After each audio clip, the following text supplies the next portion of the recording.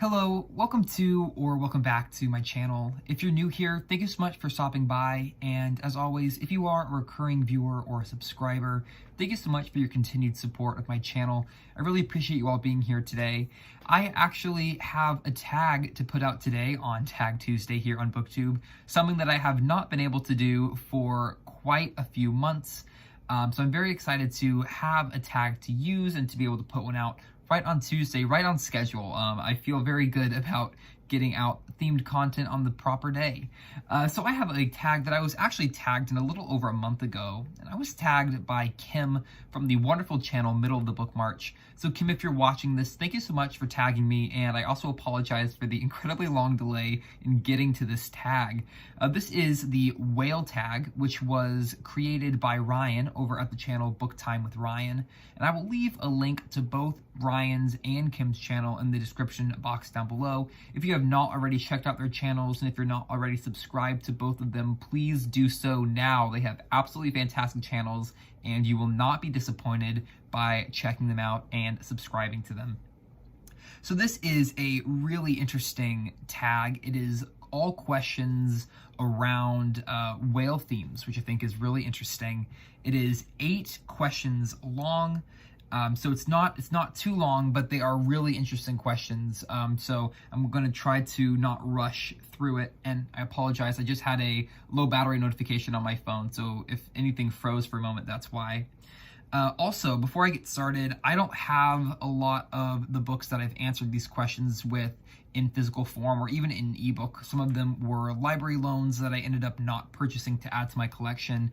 So because of that, I'm going to try for the first time in the history of my BookTube channel to do some editing after I film this video and put the book covers up somewhere over here. So hopefully I'm able to figure that out. Instead of holding up a physical book, I will just flash a cover of that book up on the screen, and hopefully that will work. There will also be a list in the description box below of all of the books mentioned as well, in case I forget to throw up a certain cover for one. The title, at least, will be represented down in the description box below. So without further ado, let's jump right in. So question number 1 is the blue whale. The blue whale is the largest, heaviest animal on Earth ever. What's the longest book you've read or want to read? Or what is the heaviest subject you've read about? So my answer pertains to the front half of this question, and that is the longest book that I have read. And I tried to dig through my reading lists to find what is the very, very longest book that I have read. And I went back as far as last year trying to find what the very longest book was. And because of translations, I wasn't sure if I could count necessarily War and Peace or Les Mis, because different translations are different lengths. So I thought I would go with a book that was originally written in English so that I can be sure that that is the page count of the actual work. And so I'm going with The English and Their History by Robert Toombs, which clocks in right over 1,020 pages. So that is the longest book I have found so far, going back to last year, that I have read. It's very possible that I could have read one slightly longer, but I think that is a pretty safe bet as the longest book that I've read. Question number 2 is sperm whale. Sperm whales routinely dive to a depth of 2,000 feet to feed on squid, but can dive to a depth of 10,000 feet. What is a book that has motivated you to look deeper into a subject, character, situation, or series? So my answer to this is 2 different books. Both of them are ocean or nautical related, which is sort of ironic given the nature of this tag, but they are both completely true. The first is a 2021 publication by Helen called The Abyss, a nonfiction science book all about life in the deep, deep ocean, or what is referred to as the abyss. It was utterly fascinating to me, and it really turned me on to reading more about deep oceanic life, something that I'm still reading about now, find incredibly fascinating. And then the second book is Nathaniel Philbrick's In the Heart of the Sea, which is about the sinking of the whaleboat Essex, which is actually the event that inspired the sinking of, or the story of the Pequod in Herman Melville's Moby Dick. So it all sort of is very circular and ties back together. But that book really made me curious about life on whaling vessels, life on the sea in general, a sailor's life, history of sailing and of maritime industry. And so that is what inspired me to then finally read Moby Dick after having put it off for years and years and years. And that's one that is still very much a cause of inspiration for me in reading a lot of the naval and maritime and oceanic books that I read. Question number 3 is humpback whale. Humpback whales sing long, complex songs they have in common with other individual humpback whales. These songs can change uniformly for entire groups of whales. What is a book that has changed meaning for you over the years? Why did it change? And so the book that I decided to go for this question is East of Eden by John Steinbeck. I almost said The Grapes of Wrath. East of Eden by John Steinbeck is one of my favorite novels. I have read it more than any other novel. I've read it 5 times now at this point. And I think my favorite thing about going back and revisiting a novel sort of years apart, or at least in this case, about over the span of 2 or 3 years, is that as you yourself mature in age and have more life experience, you start to see your own life represented in more and more aspects of the plot as well as the characters in a particular novel. And East of Eden is one of those, for me, that I have started to I have had a new appreciation for some of the characters or for some of the events in the novel now than I had when I originally read it, which I find really interesting. And I'm curious to see if that continues to happen for me as I read the novel more and more going into the future. Question number 4 is orca. Orcas, or killer whales, are incredibly smart social whales, dolphins. What's a book you felt was especially smart, fiction or nonfiction, that made you really think? So the last short story that I read that felt really smart and very well planned out and well executed was The Heart of the Dog by Mikhail Bulgakov. And the reason it really made me think is it points out some of the hypocrisies and some of the dangers in humans trying to perfect mankind. So it's one of those that you read it and it's very humorous, but it also has quite a dark undertone as well, and it really makes you think. And if you have not read it, I would highly recommend it. There are plenty of free translations online. I read one through Project Gutenberg, I believe it is, which was absolutely fantastic. Question 5 is beluga. Belugas are nicknamed the canaries of the seas because of the sounds they make. What's a book you wanted to talk to others about after reading it, and why?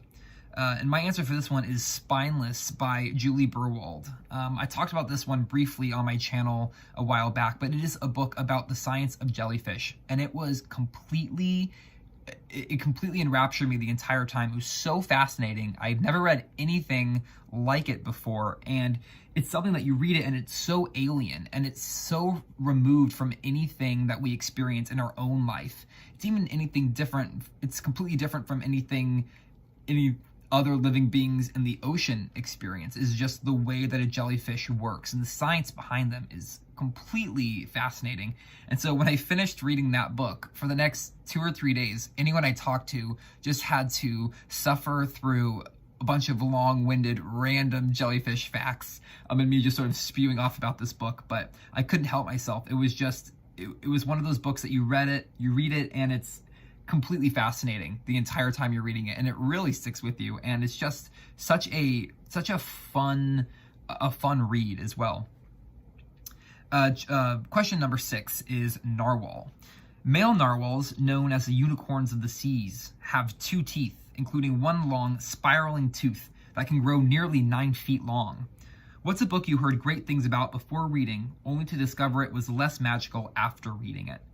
So my answer for this one is not that it was necessarily less magical after hearing a book sort of being talked about in a very highly praised way, but more me not enjoying it as much as I thought I would, and that is The Luminaries by Eleanor Catton.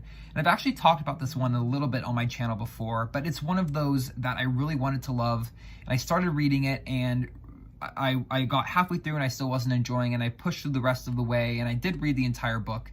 but it never really locked in for me, and it didn't feel like I ever really was able to get my mind wrapped around the story or get lost in the story. So that was one that was sort of disappointing for me, because I felt that I didn't go in prepared enough or to fully be able to experience everything that was offered in that novel. It's probably one that I'll go back to in the future. It certainly wasn't less magical, but it's one that I was really hoping to love based off of what other people told me, and I just wasn't able to get into it. Question 7 is bowhead whale. While it's evident bowhead whales live well beyond 100 years of age, there's evidence that they may live to be 200 years old. What is the oldest book in your collection, or what book has been in your collection the longest? So I actually have the oldest book in my collection on the way right now, being shipped from the Brattle in Boston, and it is a Catherine the Great biography that was published in 1925.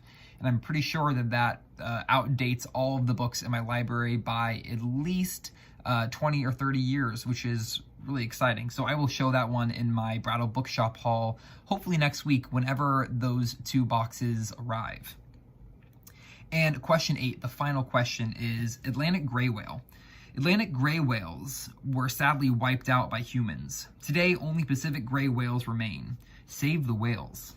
What's one book that's either out of print or out of fashion that you wish would make a comeback? So when I was going through and figuring out my answers for this tag, I completely drew a blank on any books that I have read that are completely out of print. I don't think that I have read enough of out-of-print books to have a good answer for this one, so I am going to have to skip question 8. I'm not sure really how many out-of-print books I have read. It's not a whole lot, but as I read more, if I ever redo a tag, this is one that I would redo because it's really fun, and I might have a better answer, or might have an answer for question 8. So that is the end of the whale tag. It's a super fun tag.